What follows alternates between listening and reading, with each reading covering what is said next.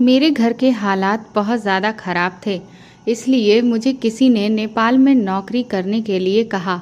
मैं नेपाल में नौकरी करने के लिए चला गया। वहाँ जाकर मेरे लिए और भी ज़्यादा मुश्किलें आ गई थीं और मुझे यहाँ पर आए हुए अभी 6 महीने ही गुज़रे थे। इसलिए मैंने कभी भी अपनी ज़िंदगी में कोई खुशियाँ भरने की कोशिश नहीं की थी। मैंने ना ही कभी किसी लड़की की तरफ नज़र उठाकर देखा और ना ही उससे पहले नौकरी करने की कोशिश की थी। लेकिन जब यहाँ पर आने के बाद मेरे कुछ दिन गुजरे तो जैसे मेरी ज़िंदगी में एक बहार सी आ गई थी। एक नेपाली लड़की ने मुझे पसंद कर लिया था। वह उम्र में मुझसे बहुत छोटी थी, जवान थी, खूबसूरत थी। उसने मुझसे कहा कि वह मुझसे शादी करना चाहती है। मैं जहाँ पर नौकरी करता था वह भी वहीं पर मेरे साथ नौकरी करती थी। मैं नेपाल की एक फैक्ट्री में प्रोडक्शन डिपार्टमेंट में काम किया करता था और वह भी वहीं पर मेरे साथ काम करती थी। उसने कहा कि वह मुझसे शादी करना चाहती है और मुझे पसंद करती है। ये बात सुनते ही मेरी तो खुशी का ठिकाना नहीं रहा था। मेरा दिल धड़कना भूल गया था। मैं सोच भी नहीं सकता कि एक छोटे से गांव से निकलकर मामूली से काम में सेट होकर मैं एक नेपाली लड़की का पति बन जाऊंगा। ये तो आपको भी सुनने में अजीब लग रहा होगा कि मैं 35 साल का और वह 20 साल की जवान लड़की। उससे शादी करने पर मैं बहुत खुश हो रहा था। उस लड़की की उम्र 20 साल थी। मेरे लिए ये बहुत ज़्यादा खुशकिस्मती की बात थी। मुझ जैसे 35 साल के लड़के को एक 20 साल की जवान खूबसूरत लड़की जो मिल रही थी, जबकि हम दोनों की उम्र में लगभग 15 साल का फासला था। आखिर उसने मेरे अंदर ऐसी क्या खूबी देखी थी जो मुझे पसंद कर लिया था। मेरे लिए ये मेरी ज़िंदगी की सबसे बड़ी खुशखबरी थी, क्योंकि मुझे गांव में तो कोई रिश्ता नहीं दे रहा था, इसलिए कि लोगों का ये कहना था कि नमन वहाँ जाकर बहुत ज़्यादा बिजी हो गया है। नमन के पास ना तो टाइम है और ना ही इतना पैसा कि हम उसको अपनी बेटी दे सकें। अब उसकी उम्र भी ज़्यादा हो चुकी है और फिर ऐसे में इतनी कम उम्र लड़की मिल जाना बहुत बड़ी बात होती है। और वैसे तो वह इतनी ज़्यादा हसीन है कि मैं उसके साथ अपनी पूरी ज़िंदगी बिता सकता था। ये बात मैंने अपने माता पिता को बताई तो पहले वह खुश हो गए और खुशी से फूले नहीं समा रहे थे, मगर फिर मेरी माँ की आंखों में आंसू छलकने लगे। मैंने कॉल पर अपनी माँ से पूछा कि क्या हुआ माँ। माँ ने कहा कि नमन बेटा, क्या तुम्हें लगता है कि वह नेपाली लड़की तुम्हें हमारे पास आने देगी? बिल्कुल भी ऐसा नहीं होगा। अब तो बस तुम नेपाल के ही होकर रह गए हो। खुशी तो बहुत है बेटा कि तुम्हें इतनी कम उम्र की लड़की मिल रही है और यकीनन वह गांव की लड़कियों से कहीं ज़्यादा खूबसूरत होगी। तुम्हारा ख्याल भी रखेगी, क्योंकि तुम उम्र में उससे बहुत बड़े हो और उसने तुम्हें अपनी मर्जी से पसंद किया है। लेकिन परेशानी ये है कि हमें तो तुम भूल ही जाओगे। सारी ज़िंदगी हमने तुम्हें पाल पोस कर बड़ा किया। हमें तुमसे बहुत सारी उम्मीदें हैं और आखिर में तुम उस नेपाली लड़की के ही होकर रह जाओगे बस। माता पिता की किस्मत में आखिर में सिर्फ मायूसी के सिवाय कुछ नहीं बचता। बस मेरे बेटे, मेरे दिल का बोझ हल्का हो गया। अब कॉल बंद करती हूँ। माँ के रोने की आवाज़ मेरे कानों में गूंज रही थी। ये बात तो माँ ने बिल्कुल ठीक कही थी। जब मैं सुमन से शादी कर रहा था तो मुझे वाकई लोगों को भूलना ही पड़ता। मैं बहुत ज़्यादा परेशान हो गया था। मेरे दिल में ये ख्याल आया कि इंसान को रोज़गार किस किस तरह से परेशान कर देता है कि उसे अपनों का ही साथ छोड़ना पड़ता है। मुझे उन लड़कियों का दर्द बहुत महसूस हुआ जो अपने माता पिता को छोड़कर अपनी ससुराल की हो जाती हैं और फिर उन्हें वापस अपने ही घर आने के लिए किसी की परमिशन की ज़रूरत होती है। फिलहाल मैंने अपनी होने वाली नेपाली पत्नी सुमन से ये बात कही तो वह मेरे गले लग गई और मेरे गले लगकर कहने लगी, तुम ऐसी बातें क्यों कर रहे हो? क्या मुझे एहसास नहीं कि तुम एक इज्जतदार परिवार से ताल्लुक़ रखते हो और मैं कौन सा अलग हूँ? मेरे भी परिवार का यही उसूल है जो तुम्हारे परिवार का है। मुझे तो खुशी है कि तुम इतने जज्बाती हो रहे हो। इसका मतलब यही है कि तुम फ्यूचर में मुझे बेपनाह मोहब्बत करोगे, मुझसे इतना प्यार करोगे कि मैं सारी ज़िंदगी खुश रहूँगी। जाहिर सी बात है, जो लड़का अपने माता पिता की इज्जत करता है वही असल में असली मर्द होता है, जो अपनी पत्नी को भी मोहब्बत दे सकता हो जो उसे चाहिए होती है। मेरी पत्नी की इतनी नरम दिली को देखकर मैं बहुत खुश हुआ था। मैंने उससे पूछा, क्या तुम मेरे माता पिता के पास जाने की परमिशन दे रही हो? तुम्हें पता है ना कि तुमने मुझसे कहा था तुम शादी के बाद यहीं पर रहना चाहती हो। तो वह कहने लगी, अरे मेरे बेवकूफ़ पति, मैं तुमसे ये कहना चाह रही हूँ कि तुम अपने माता पिता को यहाँ नेपाल बुला लो। वैसे भी वह घर पर रहकर क्या करेंगे, तुम उनके इकलौते बेटे हो, अब वहाँ पर अकेले रह गए। तुम चाहो तो उन्हें यहाँ पर बुला सकते हो। तुम ही तो कहते हो कि तुम्हारे रिश्तेदार अच्छे नहीं हैं और ना ही उन लोगों का व्यवहार तुम्हारी फैमिली के साथ अच्छा है, तो फिर वहाँ पर अकेले रहकर तुम्हारे पेरेंट्स क्या करेंगे। तुम उनको यहाँ पर बुला लो और हम उनकी मौजूदगी में उनके सामने यहाँ पर शादी कर लेंगे। मेरी पत्नी सुमन के कहे हुए शब्द मुझे बहुत ही अच्छे लग रहे थे। मैंने अपने पेरेंट्स को ये गुड न्यूज़ सुना दी। मेरे पेरेंट्स के आने जाने का सारा खर्च सुमन ने ही उठाया था। वैसे भी उसके पास पैसों की कोई कमी नहीं थी, क्योंकि वह मुझसे पहले से ही फैक्ट्री में काम कर रही थी। 18 साल की थी तब से ही वह इस फैक्ट्री में काम कर रही थी और मुझे तो अभी फैक्ट्री में लगे हुए सिर्फ 6 महीने ही गुजरे थे, इसलिए मेरी सैलरी उससे कम थी। शायद सुमन को अपनी ज़िंदगी में ऐसा मर्द चाहिए था जो उसके साथ चलता हुआ अच्छा लगे। वैसे मेरी उम्र 35 साल थी, लेकिन मेरी हाइट हेल्थ कम थी, इसलिए मैं भी कम उम्र का ही लगता था। मैं कोई आदमी नहीं बल्कि कम उम्र का लड़का ही लगता था। बस गांव के लोगों की ही सोच ऐसी थी कि वह अपनी बेटी मुझे नहीं देना चाहते थे। खैर, अब तो मेरे पास एक ऐसी लड़की थी जो मुझे पसंद करती थी और मुझ पर मर मिटी थी। मैंने अपने पेरेंट्स को 1 हफ्ते के अंदर ही नेपाल बुला लिया था। ये सब देखकर तो हमारे रिश्तेदार भी हैरान रह गए थे कि नमन की किस्मत जाग गई है। उसने नेपाली लड़की से शादी करके अपने माता पिता को भी वहीं पर बुला लिया। मेरे पेरेंट्स जब यहाँ पर आए तो मेरी उनकी मौजूदगी में शादी हो गई। शादी वाले दिन मैं बहुत ज़्यादा खुश था। मुझे यकीन नहीं आ रहा था ये सब कुछ हकीकत में हो रहा है या फिर कोई सपना है। मेरी पत्नी ने मुझसे कहा कि वह मुझसे सिर्फ प्यार और इज्जत चाहती है। आज रात के 2 बज रहे थे और वह मेरे कमरे में मेरे सामने बैठी हुई थी। वह बहुत ज़्यादा खूबसूरत लग रही थी। वह किसी खूबसूरत गुड़िया की तरह लग रही थी। ऐसा लग रहा था जैसे कोई मासूम सी मूरत मेरे सामने बैठी हुई है। मैं भी बहुत स्मार्ट लग रहा था और कपड़े भी महंगे पहन रखे थे, लेकिन मैं था तो एक अनपढ़ ही। मेरे अनपढ़ होने का सबूत ये था कि मैंने अपनी पत्नी के लिए जो गिफ्ट लिया था उसको मैंने एक सिर्फ छोटी सी थैली में रख लिया था। ना ही उसको बॉक्स में रखा और ना ही उसको पैक करवाया, जबकि मेरे पास एक थैली में अलग से पैसे भी पड़े हुए थे जो मैं आज सुबह सुबह ही लेकर आया था। और ये भूल गया था कि मेरी पत्नी को तो चॉकलेट्स पसंद हैं। उसे तो चॉकलेट और टेडी बियर से प्यार है, जबकि मैं उसके लिए पैसे लेकर आया हूँ। पर मैंने एक छोटा सा आर्टिफिशियल सेट भी उसके लिए ले लिया था। वैसे भी हम जैसे लोगों की फितरत कहीं भी जाकर नहीं बदलती। मैंने भी ये सोचते हुए पैसे अपने पास इसलिए रखे थे कि वह जो चाहेगी अपने लिए लेकर आ जाएगी।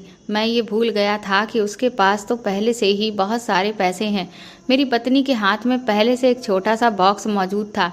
शायद वह भी मुझे कोई गिफ्ट देना चाहती थी। जब मैंने उसके हाथ में वह गिफ्ट देखा तो अपने पैसे देने का इरादा बदल लिया। सोचा कि उसे पैसे नहीं दूंगा, लेकिन वह मेरे हाथों में थैली देख चुकी थी जिसमें से एक में तो ज्वेलरी का सेट था और दूसरे में पैसे थे। वह मुझसे पूछने लगी, नमन इसमें क्या है? उसने मुझसे पूछा तो मैंने उसे बता दिया, ये मैं तुम्हें देने वाला था। मैंने ज्वेलरी सेट तो उसको दे दिया, मुझे पसंद आया, लेकिन वह दूसरी वाली थैली को मैंने कहा कि इसे तुम कहीं पर रख दो, ये मैं तुमसे सुबह को ही ले लूँगा, ये मेरा रोज़ का जेब खर्च है। तो सुमन कहने लगी कि मुझे तो लगा था कि तुम मेरे लिए कोई स्पेशल गिफ्ट लेकर आए हो। ज्वेलरी सेट भी सिर्फ मामूली सा ही था। उसे अच्छा तो लगा था, लेकिन वह उसे देखकर ज़्यादा खुश नहीं हुई थी। मैंने उससे कहा, माफ़ करना सुमन, मैं अपने पेरेंट्स की वजह से शायद सब कुछ भूल गया था कि मुझे तुम्हें कोई स्पेशल सरप्राइज़ भी देना है, लेकिन मैं तुम्हें कल इससे भी अच्छा गिफ्ट लाकर दूंगा जो तुम्हें बहुत ज़्यादा पसंद आएगा। बल्कि लाकर नहीं दूंगा, तुम्हें उस गिफ्ट के पास जाना पड़ेगा। मेरी चिकनी चुपड़ी बातों में वह आ गई थी और उसकी नाराज़गी भी दूर हो गई थी और वह सब कुछ भूलकर मेरे गिफ्ट के बारे में सोचने लगी। मैंने गद्दे के नीचे हाथ बढ़ाया और उससे कहा कि मैं ये सारे पैसे गद्दे के नीचे रख रहा हूँ। तब उसका चेहरा उतर गया। ऐसा लग रहा था जैसे वह नहीं चाहती थी मैं गद्दे के नीचे सामान रखूं। अब वह शायद मुझे अपने पास नहीं आने देगी। इस शादी का कोई मकसद होगा जैसे उसने शादी की, वरना मेरे हाथ आगे बढ़ाने पर वह मुझे इतनी अजीब नज़रों से नहीं देखती। मेरे दिल में हजारों सवाल आ रहे थे। सुमन कहने लगी, ये तुम क्या कर रहे हो? गद्दे के नीचे क्यों रख रहे हो? उसने मुस्कुराकर मुझसे पूछा। मैंने कहा, तो फिर कहाँ पर रखूं? तो वह कहने लगी, लाओ मैं इसे अपनी अलमारी में रख देती हूँ। उसने मुस्कुराकर जवाब दिया और उसने अपने अलमारी को खोलकर उसमें रख दिया। मैं कब सो गया मुझे पता ही नहीं चला। सच पूछूं तो मुझे याद ही नहीं कि मैं कब सो गया। जब मैं सुबह उठा तो मेरी पत्नी मेरे सामने बैठी हुई थी और वह मुस्कुराते हुए मुझे ही देख रही थी और मुझसे कहने लगी, जल्दी उठो नमन, बहुत देर हो रही है और हमें फैक्ट्री भी तो जाना है। सब लोग हमारा वहाँ पर इंतज़ार कर रहे होंगे और तुम्हारे पेरेंट्स भी यही सोचेंगे कि मैंने उनके बेटे को उनसे छीन लिया है। तो चलो जल्दी उठो, पहले ही बहुत देर हो गई है। उसने ये कहकर गद्दे के चारों तरफ के कोनों को अच्छी तरह से चादर से दबा दिया। मैं वॉशरूम में चला गया। मुझे अपनी पत्नी सुमन का बिहेवियर बहुत ही अजीब लग रहा था। ऐसा लग रहा था कि जैसे वह मुझसे कुछ छुपाने की कोशिश कर रही है। मैं वॉशरूम से वापस आया तो वह बेड पर ही बैठी हुई थी। जैसे ही मेरी नज़र उस पर पड़ी तो वह तुरंत बेड पर लंबी लंबी लेट गई। ऐसा लग रहा था जैसे वह अपनी चोरी पकड़े जाने के डर से मुझसे कुछ छुपा रही है। मैंने उससे पूछा भी कि सुमन, क्या है इन गद्दों के नीचे? तो सुमन कहने लगी, गद्दों के नीचे तो कुछ भी नहीं है, मैं आपसे क्या छुपाऊंगी? मैं क्या इसके नीचे कोई गलत चीज़ रखूंगी या फिर मेरे पास कोई खजाना है जो मैं गद्दों के नीचे दबाकर रखूंगी? जैसे ही मैं पीछे मुड़ा और तैयार होने लगा तो अचानक ही वह खड़ी हो गई और उसने जल्दी से गद्दे के नीचे से कुछ निकाला और तुरंत उसकी अलमारी के अंदर रखकर अलमारी में ताला लगा दिया। मैं अब शक में पड़ गया था कि अगर सुमन मुझसे कुछ नहीं छुपा रही है तो फिर उसने अलमारी में क्या चीज़ रखी है और फिर ताला क्यों लगाया है। ये बात मेरे दिमाग में घूम रही थी। हम लोग एक साथ घर से निकल गए और अपनी फैक्ट्री में जाकर काम करने में बिजी हो गए। रात कैसे हो गई पता ही नहीं चला। दिन भर हमने अपनी फैक्ट्री में काम किया था और फिर रात के 8 बजे हम लोग अपने पेरेंट्स के पास गए थे। वह भी हमें देखकर बहुत खुश हो गए थे। मेरी पत्नी ने अपने किसी जानने वाले से एक छोटा सा घर किराए पर ले लिया था जिसमें मेरे माता पिता ठहरे हुए थे, क्योंकि वह हमारे साथ उस घर में नहीं रह सकते थे जिस घर में हम रहते थे। वह मेरी पत्नी का घर था और वह भी बहुत छोटा था। उसमें सिर्फ एक कमरा और छोटा सा आंगन ही था। अगले दिन मैं किसी काम से घर से बाहर निकला तो रास्ते में मुझे मेरा गांव में रहने वाला एक दोस्त मिल गया था। वह नेपाल में किसी काम से आया हुआ था। मैं जब उससे मिला तो मैंने उससे उसके हाल पूछे और वह भी मुझसे बातचीत करने लगा। उसे मेरी शादी के बारे में पता था। हम दोनों बैठकर एक चाय के ठेले पर बात करने लगे। वह मुझसे अजीबोगरीब बातें पूछने लगा तो उसने शादी वाली रात के बारे में मुझसे मजाक और बातचीत शुरू कर दी। मैंने उसे सख्ती से मना कर दिया कि मैं ऐसी बातें हंसी मजाक के लिए नहीं करना चाहता। मैं और मेरी पत्नी बिल्कुल एक हैं और हम एक दूसरे की इज्जत करते हैं। वह कहने लगा, तुम तो बड़े ही बदल गए हो, ये नेपाल की लड़की है, होशियार रहना। मैं उसकी बात सुनकर चौकन्ना हो गया। क्या मतलब है तुम्हारा? किस चीज़ से होशियार रहूं? उसने कहा, बस ऐसे ही बता रहा हूँ, किसी भी चीज़ से होशियार रहना। उसकी बात सुनकर मैंने गद्दे वाली बात अपने दोस्त को बता दी, क्योंकि मैं ये बात तो नहीं छुपा सकता था। इसमें ऐसी भी कोई शर्म वाली बात भी नहीं थी जो मुझे ये बात उसे बताने से रोकती। मेरी बात सुनकर मेरा दोस्त अचानक ही उछल पड़ा और कहने लगा, तुम ठीक कह रहे हो, तुम्हारी पत्नी ज़रूर गद्दे के नीचे कुछ रखती होगी और फिर गद्दे को भी तुम्हें हटाने से मना करती होगी। मैंने अपने दोस्त से कहा कि हाँ, ऐसा ही करती है, तुम ठीक कह रहे हो, शायद ये मेरा वहम भी हो सकता है, लेकिन मुझे ऐसा ही लग रहा है, आगे का नहीं पता। तो मेरा दोस्त कहने लगा, चलो तुम इससे पहले अपनी पत्नी पर शक करो 2-3 दिन और तुम इस बात की सच्चाई का पता लगा लो कि वह रात को ऐसा ही करती है या फिर तुम्हें लगता है। मैंने उससे कहा, चलो ठीक है, मैं किसी दिन गद्दा ही उठाकर देखूंगा कि आखिर वह उसके नीचे क्या रखती है। और वह रात को भी सोने से पहले बड़ी अजीब सी हरकतें करती है। मैंने अपने दोस्त को बताया। उसने कहा, ठीक है, तुम 2-3 दिन उसको आजमा कर देखो, उसके बाद तुम किसी नतीजे पर पहुंच सकते हो। रात हुई, तो मुझे किसी और चीज़ से ज़्यादा इंटरेस्ट सुमन के उस बिहेवियर में था कि वह गद्दे के नीचे क्या रखती है। फिर वही हुआ, रात हुई तो सुमन का बिहेवियर अजीब सा हो गया। बाकी सारी बातें तो वह मेरी मानती ही थी, किसी भी चीज़ पर उसे कोई ऐतराज़ नहीं था, लेकिन गद्दे के साथ वही राज रख रही थी। गद्दा तो ऐसे चादर से दबा रही थी जैसे उसके नीचे कोई खजाना हो, और वह अपनी साइड की तरफ वाले गद्दे के साथ ही ऐसा करती थी। मुझसे कहने लगी, नमन इधर होकर लेट जाओ, तुम ये क्या कर रहे हो। उसने मुझे अपनी जगह से पीछे हटा दिया और कहने लगी, मैं देख रही हूँ कि तुम मेरी जगह पर लेटने की कोशिश कर रहे हो। तुम बहाने से गद्दे के नीचे देखना चाहते हो। प्लीज़ तुम ऐसा मत करो। मैं तुम्हारी पत्नी हूँ और मुझे तुमसे ज़्यादा घर की साफ सफाई का ध्यान रहता है। इस साइड का बिस्तर बिल्कुल ठीक है। वह फिर मेरे तकिए पर मेरे पास आकर लेट गई और मेरी बाजू पर अपना सर रख लिया। मैं मजबूर था। शुरू शुरू में इंसान इतना कंफर्टेबल तो नहीं होता कि एक दूसरे से हर बात कर सके। मैं भी खामोश हो गया और इसी तरह से वह मेरी बाजू पर सर रखकर सो गई और मैं भी सो गया। मैं उठा तो मुझे फिर याद नहीं था कि रात क्या हुआ। मेरी पत्नी ने किस तरह से सामान गद्दे के नीचे से निकाला और अलमारी में रख दिया और अलमारी को ताला लगा दिया। अब तो ये बात कंफर्म हो चुकी थी, वह ज़रूर गद्दे के नीचे कुछ रखती है और फिर रख कर मुझसे छुपाती भी है। अगले दिन मैंने अपने दोस्त को फैक्ट्री के बाहर बुला लिया और मैंने अपने दोस्त को ये बात बता दी तो उसने कहा कि ज़रूर तुम्हारी पत्नी का कोई ना कोई मकसद होगा। अब तुम्हें उसकी सच्चाई का पता लगाना ही होगा कि वह गद्दे के नीचे क्या रखती है और क्यों रखती है, और उसकी वजह भी तुम्हें ही पता लगानी चाहिए। देखो, पहले तो मुझे शक हो गया था कि एक लड़की जिसके पास भगवान का दिया सब कुछ है, वह तुमसे क्यों शादी कर रही है। और फिर इतनी कम उम्र की लड़की, वह किसी और लड़के से भी तो शादी कर सकती थी। जरा सोचो तो सही कि तुम में ऐसी कौन सी खास चीज़ थी कि उसने तुमसे शादी की। कहीं वह कुछ और तो नहीं करने जा रही है। अपने दोस्त की बातें मुझे डरा रही थी। मैंने उससे कहा, तुम्हारा क्या मतलब है कि वह क्या करेगी मेरे साथ? तुम ऐसा क्यों कह रहे हो? मेरा दोस्त मेरी बात सुनकर सोचने वाले अंदाज में कहने लगा, देखो नमन, मैं तुम्हें बेवजह के शक में नहीं डालना चाहता, लेकिन एक बात तो सच है जो मुझे नज़र आ रही है। तुम्हें खुद भी अजीब लगता है कि वह ज़रूर तुम्हारे बेड के गद्दे के नीचे सोने से पहले कुछ रखती है जिसे वह सुबह निकाल लेती है। अब ये तो तुम पर लागू होता है कि तुम उस चीज़ को किस तरह से ढूंढो, क्योंकि अगर फिर कोई बात हुई तो फिर तुम्हारा जिम्मेदार कौन होगा। अब तो तुम अपने माता पिता को भी यहाँ पर बुला चुके हो।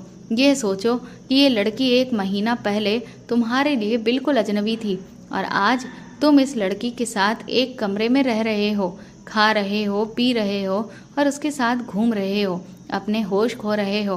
क्या पता वह लड़की कौन है और तुम्हारे साथ क्या करना चाह रही हो। तुम होश में आओ। इतना ज़्यादा किसी पर भरोसा एकदम नहीं करना चाहिए, और तुम्हारे सर पर तुम्हारे पेरेंट्स की भी तो जिम्मेदारी है। तुम अकेले तो नहीं हो। मेरे दोस्त ने मुझे अच्छे खासे शक में डाल दिया था। आज मैंने सोचा कि मैं एक पति होने के नाते अपने इस रिश्ते का इस्तेमाल करूंगा और ज़बरदस्ती घर जाकर गद्दे को उठाकर देखूंगा कि वह उसके नीचे क्या रखती है, क्योंकि ऐसा तो हो ही नहीं सकता कि वह मुझे हर एक बात के लिए रोज़ मना कर दे और मैं उसके कहने पर रुकता ही चला जाऊं। पति पत्नी के बीच तो कोई राज नहीं होना चाहिए। आज मैंने अपने दिल में इरादा कर लिया कि मैं घर जाते ही गद्दा उठाकर ज़रूर देखूंगा। जब मैंने पीछे पलटकर देखा तो मेरी जान ही निकल गई। मैंने देखा कि मेरी पत्नी वहीं पर मेरे पीछे ही खड़ी हुई सब कुछ सुन रही थी। मुझे उसे देखकर बहुत शर्मिंदगी महसूस हो रही थी कि मुझसे कितनी बड़ी गलती हो गई। वह मेरे बारे में क्या सोच रही होगी। मैं दिल ही दिल में पछता रहा था। मेरी पत्नी मेरा सारा प्लान जान चुकी थी। अब मैं अपनी पत्नी से ये भी नहीं कह सकता था कि तुम गद्दे के नीचे क्या रखती हो।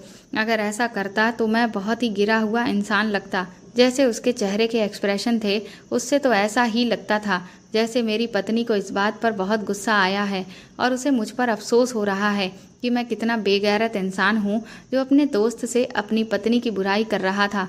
मेरे दोस्त को भी अंदाज़ा हो गया था कि मैं अपनी पत्नी के सामने शर्मिंदा हो रहा हूँ।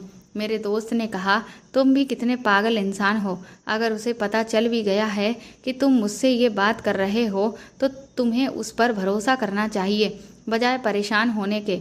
तुम एक काम करना, घर जाते ही गद्दा बेड से हटाकर देखना और कहना कि मुझे बस यही जानना था कि गद्दे के नीचे क्या है। अब तुम अगर इस बात पर डरने लगोगे तो वह तुम्हारे लिए और मुश्किल हो जाएगा, क्योंकि औरत के सामने तुम जितना दब कर रहोगे वह तुम्हें उतना ही दबाती चली जाएगी। मेरे दोस्त की बात भी सही थी। अब मैं इसी एहसान में दबा हुआ था कि वह नेपाली है, उसने मुझसे शादी कर ली, मेरे माता पिता को भी यहाँ पर बुला लिया। अगर मैं बराबरी करता तो उसने मुझ पर कोई एहसान नहीं किया था। अगर वह नेपाल से थी और अमीर परिवार से थी, लेकिन शादी तो उसने मुझसे पसंद की थी। ऐसा तो नहीं है कि मैंने उसे पसंद के लिए मजबूर किया हो, शादी के लिए उससे कोई ज़बरदस्ती की हो। मैं ज़बरदस्ती करके भी कहाँ जा सकता था, क्योंकि मेरी इतनी औकात नहीं थी। पर अगर वह मुझे पति के तौर पर एक्सेप्ट कर चुकी थी तो अब उसे मुझसे कोई भी बात छुपानी नहीं चाहिए थी। मेरे दोस्त ने जब ये सारी बातें मुझे समझाईं तो मैं तसल्लीमंद हो गया। मैंने सोच लिया कि अब मैं उससे साफ साफ बात करूँगा। मेरा दोस्त वहाँ से चला गया और मैं फैक्ट्री के अंदर चला गया। शाम को जब हम दोनों पति पत्नी घर आए तो मेरे अंदाज कुछ बदले हुए थे। मेरी पत्नी ने मुझे देखा तो कुछ भी नहीं बोली। थोड़ी देर के बाद कहने लगी, क्या हुआ, आप कुछ परेशान लग रहे हो। मैं घबरा गया। मैंने कहा, मैं परेशान तो नहीं हूँ, लेकिन हैरान ज़रूर हूँ और यही पूछना चाहता हूँ कि तुम गद्दे के नीचे क्या रखती हो। तो वह कहने लगी, मैंने सब कुछ सुन लिया है, आपने अपने दोस्त से जो भी कहा। अपनी पत्नी की बात सुनकर मैं शर्मिंदा होने के बजाय अपनी बात पर ही डट गया। मैंने कहा, हाँ, तुमने सही सुना है, आखिर इसमें बुराई ही क्या है। तुम मुझे खुद बता दो कि तुम गद्दे के नीचे क्या रखती हो। इस कमरे में जो कुछ भी है, क्या उस पर मेरा हक नहीं है। मेरी पत्नी हंसकर कहने लगी, अरे तुम्हें किसने कहा कि तुम गद्दे के नीचे ना देखो। मैं तो बेवजह ही तुमसे छुपा रही थी, क्योंकि मुझे अच्छा नहीं लगता ना ऐसी बातें करना, और तुम खुद देख लो कि गद्दे के नीचे क्या है। मेरी पत्नी ने एकदम ही गद्दे का बिस्तर हटाया और उसके बाद गद्दा भी हटाकर ज़मीन पर रख दिया। बेड पूरी तरह से खाली पड़ा हुआ था। सच में इसके नीचे तो कुछ भी नहीं था। मैंने अपनी पत्नी से कहा, हाँ, मगर तुम रात को ज़रूर कुछ रखती हो, झूठ मत बोलो। वह कहने लगी, नमन देखो, मुझे झूठ बोलने की आदत भी नहीं है। मैं अगर गद्दे के नीचे कुछ रखूंगी तो तुम्हें क्यों नहीं बताऊंगी। चलो, अगर तुम्हें मुझ पर यकीन नहीं आता तो अगली बार जब मैं रखूंगी तो तुम खुद ही देख लेना और इसी टाइम मुझसे पूछ भी लेना कि मैं क्या रखती हूँ और क्यों रखती हूँ। मैंने कहा, चलो अच्छा है, ये भी सही है। उम्मीद है कि अब तुम मुझसे कुछ छुपाओगी नहीं। पर उस दिन और उस दिन के कुछ दिन के बाद तक हमारी शादी का 1 महीना गुजर गया था, पर मुझे कमरे में आते ही नींद आ जाती थी। इतनी तेज़ नींद आती थी कि जब मेरी आँख खुलती तो सुबह हो जाती है और मैं यही सोचता रह जाता कि आखिर मेरी रात कब और कैसे गुजरी। मुझे तो ये भी नहीं याद कि नींद कैसे आई। मुझे तो ये भी याद नहीं कि जब मैं घर पर आया तो मैंने रात का खाना कब खाया और मैंने क्या खाया था। अब मुझे परेशानी होने लगी थी। मैं किसी तौर पर भी अपने साथ ऐसा बिहेवियर बर्दाश्त नहीं कर सकता था। मुझे पता लगाना ही था कि कमरे में आते ही मुझ पर नींद क्यों सवार हो जाती है। मैंने सोचा कि शायद मेरी पत्नी मुझे चाय में कुछ मिलाकर दे रही होगी या फिर मेरे साथ कुछ ऐसा कर रही है जिससे मुझे नींद आ जाती है और मैं गहरी नींद में सो जाता हूँ। मैंने बहुत कोशिश की कि मैं पता लगा सकूं आखिर मेरे साथ क्या होता है, पर मैं इस कोशिश में नाकाम रहा। मैं सारा दिन सावधान रहता कि अपनी पत्नी के हाथ से कुछ भी ना खाऊं ना पीऊं। बल्कि एक दिन तो ऐसा हुआ कि मैं बाजार से ही खाना लेकर आ गया था और हम दोनों ने वही खाना खाया। उस दिन भी जब मैं घर के अंदर दाखिल हुआ तो मुझे आते ही नींद आ गई थी। लेकिन इस सबसे अच्छी बात यह हुई थी कि उस दिन मेरी सुबह के 6 बजे ही आँख खुल गई थी। सुबह को जब मैं उठता था तो मुझे बहुत अच्छा महसूस होता था। फिर रात की किसी भी बात के बारे में सोच ही नहीं पाता था। मैं ज़्यादा से ज़्यादा अपने काम पर ध्यान दिया करता था और मेरी पत्नी भी ऐसी ही थी। वह मेरे साथ फैक्ट्री जाती थी और अपने काम में दिन भर बिजी हो जाती थी और रात को घर में आते ही वह हम दोनों के लिए खाना बनाती थी। मैं भी कभी कभी उसके साथ उसके काम में हाथ बटा दिया करता था। आखिर में मैं अपनी पत्नी से पूछने पर मजबूर हो गया। मैंने अपनी पत्नी से बहुत प्यार और मोहब्बत से पूछा कि मेरी जान, मुझे बता दो कि तुम ऐसा क्या जादू करती हो कि कमरे में आते ही मुझे नींद आ जाती है, और गद्दे वाली बात को तो मैं भूल ही गया हूँ। तुम गद्दे के नीचे क्या रखती थी? मेरी बात सुनकर वह हंसने लगी और कहने लगी, देखो, अगर तुम्हें लगता है कि मैं तुम पर कोई जादू टोना करती हूँ तो ये गलत है। जादू से तो मैं दूर भागती हूँ, बल्कि मैं तो ऐसे लोगों से नफरत करती हूँ जो जादू जैसी चीज़ों पर विश्वास रखते हैं। हाँ, पर एक जादू मैंने तुम पर ज़रूर किया है। मैंने घबराते हुए अपनी पत्नी से पूछा कि क्या, क्योंकि मुझे तो कुछ दिनों से ऐसा ही लग रहा था कि मैं किसी जादू टोने के असर में आ गया हूँ। देखो, तुम दूसरे शहर के लोगों को गलत आदतें होती हैं, रोज रात को देर से घर वापस आते हो, जबकि हमारे शहर में ऐसा नहीं होता। यहाँ के सारे मर्द जल्दी ही घर में आ जाते हैं और अपने परिवार के साथ ही सो जाते हैं। यहाँ के मर्द रातों को देर तक दोस्तों के साथ भी नहीं बैठते, बल्कि रात देर तक घर से बाहर भी नहीं निकलते, और औरतें भी घर से बाहर नहीं निकलती, जबकि बच्चों पर भी पाबंदी लगाई जाती है। सब लोग रात को 8 बजे तक ही सो जाते हैं और सुबह को 6 बजे तक उठ जाते हैं। दरअसल मैंने सुना है दूसरे शहर के लड़के और आदमी रात के 1 या 2 बजे ही घर में घुसते हैं, लेकिन यहाँ पर ऐसा कुछ भी नहीं है। हमारे यहाँ का तरीका बहुत अलग है। आप भी यहाँ पर अपने तरीके से ही चल रहे थे। जब हम दोनों फैक्ट्री से आते थे तो आप खाना खाने के बाद यहाँ से चले जाते थे और मैं घर में अकेली हो जाती थी और आपका इंतज़ार करती रहती थी। मुझे आपका ये तरीका बिल्कुल भी पसंद नहीं आया था। मेरी बात पर नाराज़ मत होना, लेकिन बात यही है कि आपका तरीका बहुत गलत था। आपको रात को घर में होना चाहिए और अपनी पत्नी का ख्याल रखना चाहिए। वैसे तो आप मेरे साथ घर के कामों में भी हाथ बटाते हैं, लेकिन आपको बाहर जाने की ज़्यादा फिक्र लगी रहती थी। मैंने सोचा कि अगर मैं आपसे लड़ाई झगड़ा करूंगी, आपको बदलने की कोशिश करूंगी, तो शायद आप मुझसे नाराज़ हो जाएंगे, मुझसे लड़ाई झगड़ा करोगे। मैं आपको शादी के बाद से ही बदलने की कोशिश कर रही हूँ, लेकिन सच बताइए कि आपको अच्छा नहीं लगता कि आप घर में रहकर अपनी पत्नी का ख्याल रखें? ऐसा भी तो हो सकता है कि आपकी गैर मौजूदगी में घर में कोई घुस आए, या फिर कोई ऐसा इंसान जो आपकी पत्नी को नुकसान पहुंचा दे, तो क्या आपको अच्छा लगेगा? उसने नज़र चुराते हुए कहा, तो बस ये सब कुछ मैं इसीलिए ही कर रही थी। मेरी तो सिर्फ ये कोशिश थी कि आप रात को जल्दी घर में आ जाओ और जल्दी ही सो जाया करो। इस शहर में क्राइम बहुत ज़्यादा है। मैं नहीं चाहती कि मेरा पति भी किसी गलत काम में पड़ जाए या फिर लोग उसे मुश्किल में डाल दें।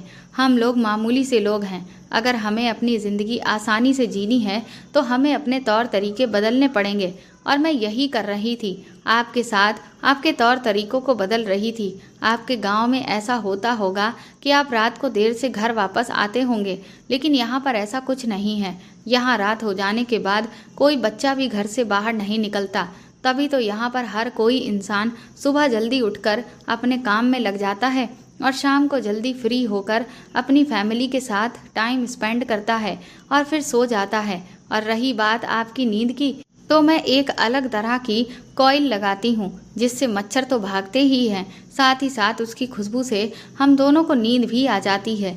और रही बात गद्दे के बिस्तर के नीचे में क्या रखती हूँ, मैं वहाँ पर एक डिब्बी में एक लेप रखती हूँ। रोज रात को लेप से खास जगह पर मालिश करती हूँ, क्योंकि सारा दिन फैक्ट्री में काम करके मेरी क्षमता जवाब दे जाती है और उसकी वजह से बहुत ज़्यादा स्ट्रेस हो जाता है, जिससे कई बार महिलाओं को कुछ ऐसी दिक्कतें आ जाती हैं जिससे उनका शादीशुदा जीवन उतना बेहतर नहीं चल पाता।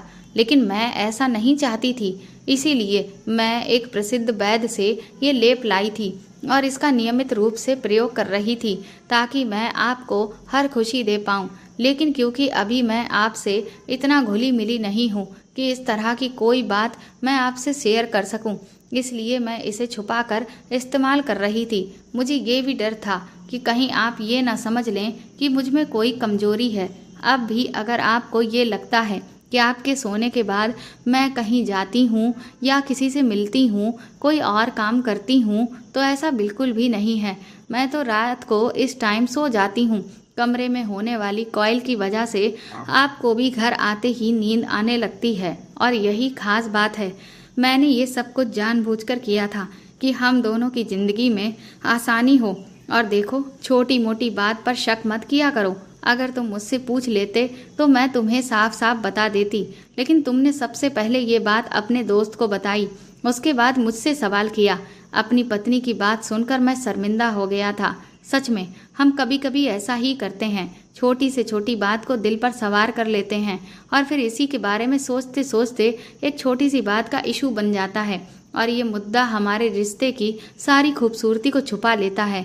मैं आप सब लोगों से यही कहना चाहूँगा कि अगर आपको किसी पर भी थोड़ा सा भी शक हो तो आप उसके सामने बैठकर बात को क्लियर कर लें। कभी भी अपनी पत्नी पर या अपने पति पर शक ना किया करें, वरना आपकी हंसती मुस्कुराती जिंदगी तबाह और बर्बाद हो जाएगी। शक ऐसी चीज़ है जो लोगों के घर क्या सारी जिंदगी को ही उजाड़ देता है। भगवान का शुक्र है कि मेरी पत्नी समझदार थी और उसने मुझे समझाने के लिए एक नया तरीका अपनाया। तो दोस्तों, आपको ये कहानी कैसे लगी हमें कमेंट करके ज़रूर बताएं और प्लीज़ इस कहानी को ज़्यादा से ज़्यादा शेयर और लाइक